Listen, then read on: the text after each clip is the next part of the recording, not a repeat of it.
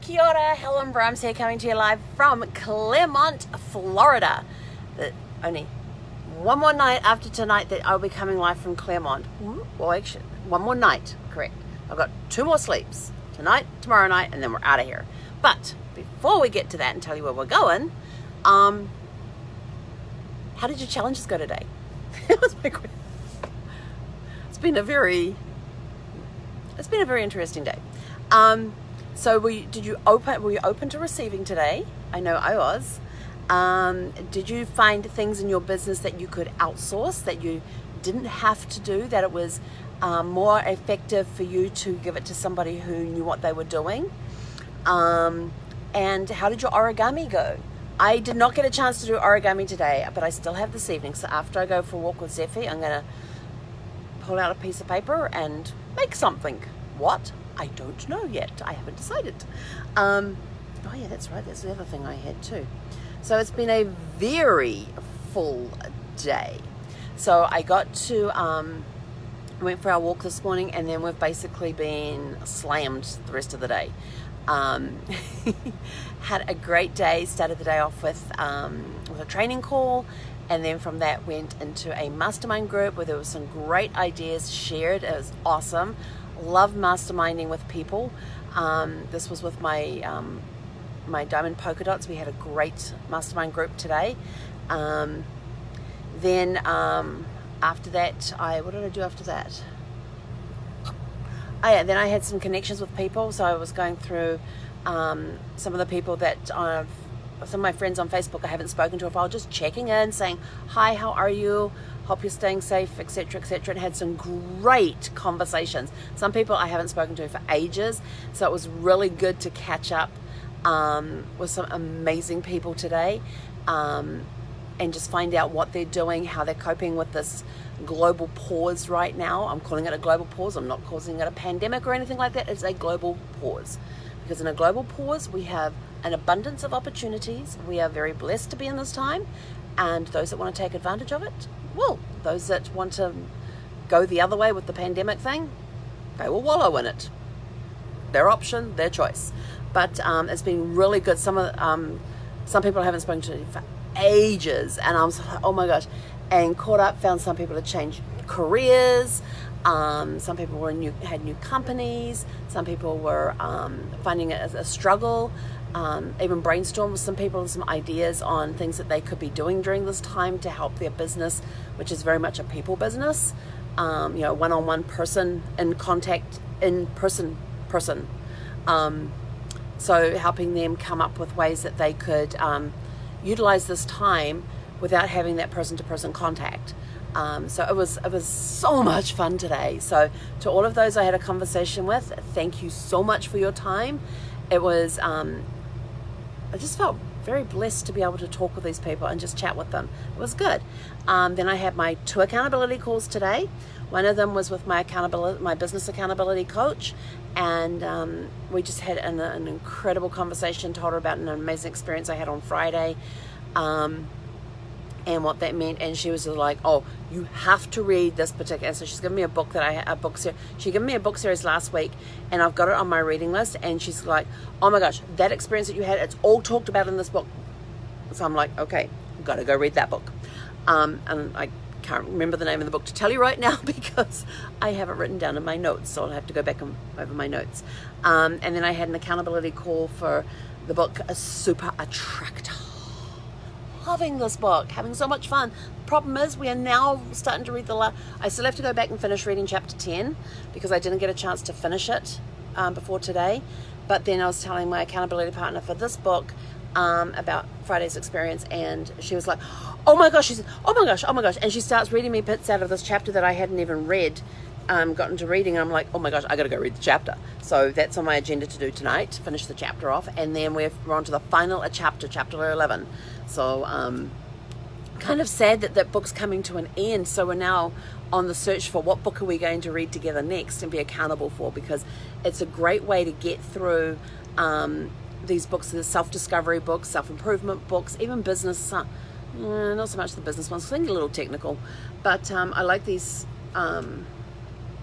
these books like this, where they've got exercises in there that you can do and that sort of thing. So we're now on the outlook for our next book we're going to read after that one, because we've so enjoyed reading a chapter, or taking a week to read a chapter, and then coming together and sharing our ideas. And sometimes we are so in sync, like we have the same stuff underlined, might have different notes in the margin, but we have the same stuff underlined and very similar meanings on why we underlined that area or highlighted it. And then other times we're picking up things that the other person completely missed. Like there's times that she will tell me, oh, and I read on this page in this paragraph here, blah, blah, blah, blah. And I'm like, I don't remember reading that. And go and have a look. And sure enough, it's written there in print. But she's highlighted that, like the first 2 sentences of a paragraph, and I've highlighted the last 2 sentences of that same paragraph. So that paragraph touched us in different ways. So it's very interesting to go through a book like this with somebody else, and just to have discussions about it afterwards, and how we can use this information in our lives, or how we have used it in our lives, or similar experiences that we've had, so we can talk through that. And it's been really, really cool. So and then I got Friday night is booked. Yes, we are moving on Friday. It is very definite we are moving on Friday. We're driving 231 miles on Friday. We'll still be in Florida though, because there wasn't any just the other side in Georgia to go to. But we're heading to towards Georgia, heading up towards Atlanta. Not going to be there till probably Wednesday next week. So on Friday we're actually going to be staying at this place for 3 nights, because I don't like traveling on Sundays. That's my off day, and I really don't like traveling on Fridays, but this is sort of an exception. So Sunday, so Saturday we'll be there all day Saturday, all day Sunday, and then we'll move on Monday to a new location. And I just got a call to make the reservations for it, because this one I've got to call in for the reservation, and that will be just south of Atlanta. There wasn't anyone close, because I have a program that I use that gives me RV travel times, which are very different to car travel times. So most people say, oh, we can make Orlando to Atlanta in a day. Yeah, it ain't quite. Some people may be able to do it in an RV, not this one. It's going to take me a little bit to get there. So, and of course I'm just relaxing and enjoying the journey, and the fact that I can now get behind the wheel and we can get moving again. We're going to have different scenery, and poor Zeffie's not going to know what hit her, because she's been at this particular campsite. By the time we leave on Friday, it'll be 41 days in this campsite. 47 days in this campsite. And she's gotten very used to when we go to the door, I go, do you want to go left, right, straight ahead? And it was like last week, she said, oh, we're going to go straight ahead. And so we walked off through the getaway cabins that's over there. You can't drive through, but you can walk through to another part of the campground. And so she's been doing that. I just let her decide which direction. Unless I have a specific reason to go a certain way, I just let her decide which direction we're going to go when we go outside. She didn't get to play with her playmates today. As we were coming back, as we got back to the RV, Schultz's owner pulled up out front. She said, are you coming or going? I said, we just got back. She's like, I'm so sorry. They'd gotten a call, which of course waylaid her coming down, but tomorrow we're definitely going to be down there. Don't know if we will get down there Friday morning, because I would like to be on the road by 9 o'clock. So I don't think she'll get to play on Friday, but she's slept most of the day anyway. But I took her down to the dog park. She had a good 30-minute run around down there, and she did have another dog that came in but wasn't up to chasing or playing. So she just sort of like ran circles around this other dog. But she came back and slept most of the day. She was a little sick earlier, threw up something. I don't know what it was. By the time I realized she was hacking and got out of the seat to put her into the shower, she was just like a couple of hacks and it was up, and it's like, okay. And then she was making this really weird noise, so I went to pick her up and she ran away from me and went and hid in the bedroom underneath her little safe spot there in the bedroom, which is kind of under the bed. As under the bed as she can possibly get, all 6 inches of it. And I went and pulled her out of there and just held her and cuddled her and told her everything was okay. When I'm not mad at you or anything for throwing up, and it's all going to be okay. And it was just nice just to sit there, and she just let me cuddle her, which was really cool. And then when she was sort of like, okay, she just like squirmed just a little bit, so I said, okay, I've had enough of this. And so I eventually put her down and let her run off and all that sort of stuff. And she's now up on the dashboard looking out the window, trying to decide, can we go? She's been wanting to go out, so I said, got to do the Facebook Live first, and then we'll go. So we're now going to go for our evening walk, and then we'll come back and have dinner. Haven't even had dinner yet. I did remember to stop for lunch today. I almost didn't. And I looked at the clock and went, oh, got to have lunch because I've got another meeting coming up, and then another one after that, another one. And so it was sort of like, and so we did stop and have lunch. A brief lunch as though it was. I normally, if I'm working, I will normally take an hour lunch break. And today I think I did a 20-minute one.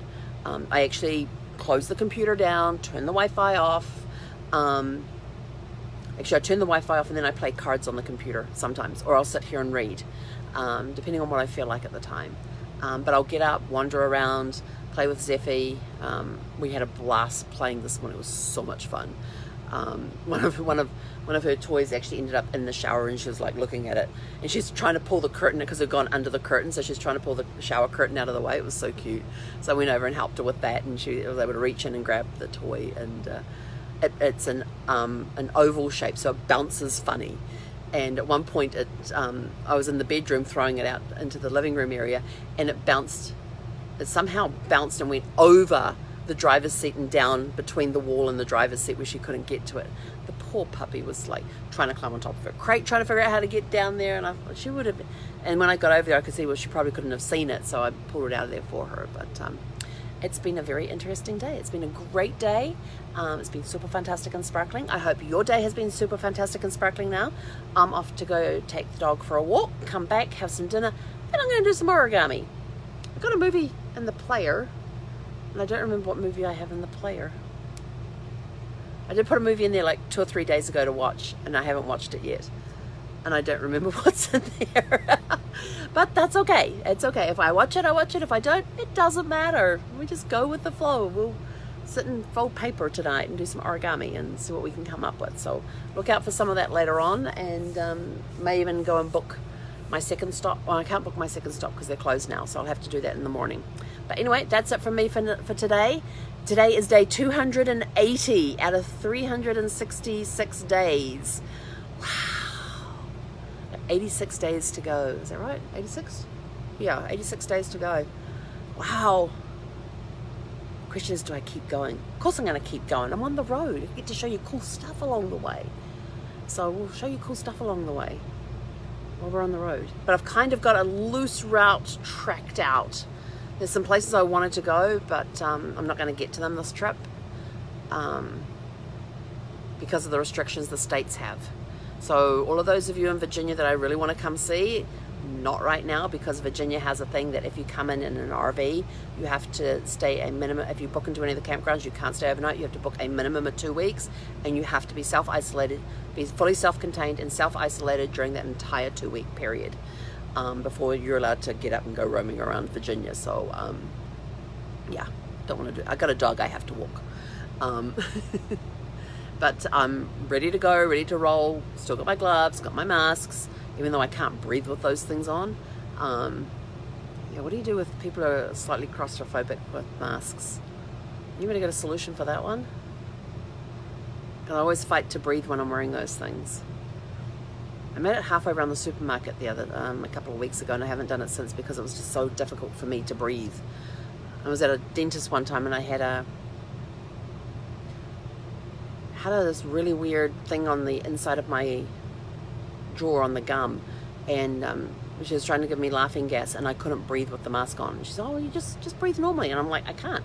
Couldn't do it. Yeah, they were trying all sorts of things to kind of knock me out, numb me a little bit, and none of them were working.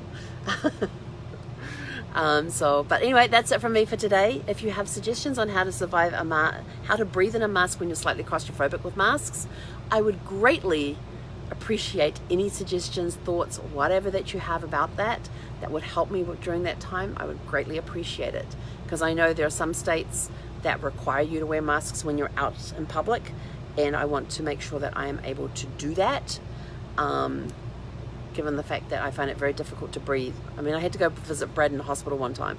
So get this. So one time we were on Freedom of the Seas, and we had docked in Port Canaveral.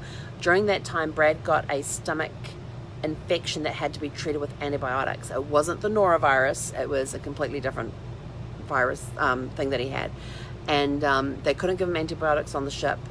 but they were giving him lots of fluids and stuff. He actually recovered at one point, and then he decided, I feel like an ice cream. I'm like, I don't think that's a good idea. And he went and had it, and we were back at square one again. So we got to the hospital, and he got in the ER. They admitted him and everything else, and I went off to get us checked into where we were staying, and come back to the hospital to find there's this big sign on the door: no visitors cannot enter unless they see the staff first, and all this sort of stuff. You had to wear a gown and masks, and I'm like, what? And so I said, excuse me, I said, this is my husband in here. Is this my husband in here? And I gave her the name and everything else. And she says, oh, yes. And she said, oh, you need to put that gown on and those gloves and that mask. And I'm like, I said, really? She's like, oh, yes, he's highly contagious. I said, I've been in the same room with him for the last 7 days. And I said, I have no effects. So are you sure I have to put all this stuff on? And so in the end, I went in there with the yellow gown on and the gloves. Had the mask on to start with, but I didn't use the regular masks, just the ones that go across here. I had this one that came here, and then it had like a shield piece that came up, and I still couldn't breathe with that thing. It was hard. Almost felt like I was being suffocated. So don't know how that happened, why that happens. Something in my past, maybe that I don't recall, who knows. But once I got in the room, because they made sure I was all gowned up before I went in there. So as soon as I got in there, I said to Preston, screw this, and took the mask off. And she said, well, you're not allowed to touch, no skin to skin contact or anything like that. I walk in the room, take the mask off, give him a kiss and say, hi, how are you, sweetheart? And then sat there without a mask on. And the nurses were coming in and out, the doctors were coming in and out, and I'm sitting there with the gown on and the gloves on, no mask. And then when he was in hospital for the 87-day stay, and he got that, he got some infection, which is very common for hospital patients to get. And you had to be all gowned up and all of that sort of stuff. And I actually made doctors and nurses turn around and go, because they came in, there was a series of them that came into the hospital room with no gowns on. I said, excuse me, I said, where are your gowns and gloves? Oh no, we're standing far away, we don't need to. I says, no. I said, in that case, I'm taking these off right now and not putting them back on again. And they ran out of the room, washed their hands and everything, got all gowned up and gloves on, the gowns on, and came back into the room again. So all I had to do was threaten the fact, right, you guys don't have to wear it, I'm not wearing it. Because these gowns were horrendously hot. And the nurses found out that I didn't like those gowns, and that I was overheating too much in them. So rather than having the blue plastic ones, I got the nice yellow, almost like paper ones, which were breathable. Those I could handle. But yeah, so I mean, I'd walk in there and give Brad a kiss. I mean, come on. And they're telling me I have to gown up. No, you're not allowed to touch him. I'm giving my husband a kiss every morning when I come in and see him. I'm sorry. That's just the way we are. But yeah, so if you're ever in a situation where you're in a hospital room and you are having to wear gowns and masks and all that sort of stuff, and the doctors walk in without them on, just threaten and say, oh, you're not wearing them? That means I don't have to either, and start taking them off. They will quickly go out of the room, get gowned up, because if they turn around and say, oh no, you have to keep them on, I said, then you go out there and get gowned up. Because if you're not going to go out there and get gowned up, I am taking this off right now and removing that sign from the door that says that he's in isolation, blah, blah, blah, blah, blah. So it worked like a charm. So all the doctors and nurses knew that when they came into that room, even if they were standing 6 feet away or 10 feet away from his bed to talk to him, they still had to come in gowns, because I would threaten to take my gowns and gloves off if they didn't gown up. So that kept the doctors and nurses in line. So they must have had a record on their file, because after that, never had a problem with the doctors and nurses coming in not being gowned. But the day they said that I didn't have to do the gowns, I was like, yes, thank you. Anyway, I'm out of here. My dog needs to go for a walk. I need to go for a walk and stretch my legs. And so I hope you all have a super fantastic sparkling evening. Hek konera!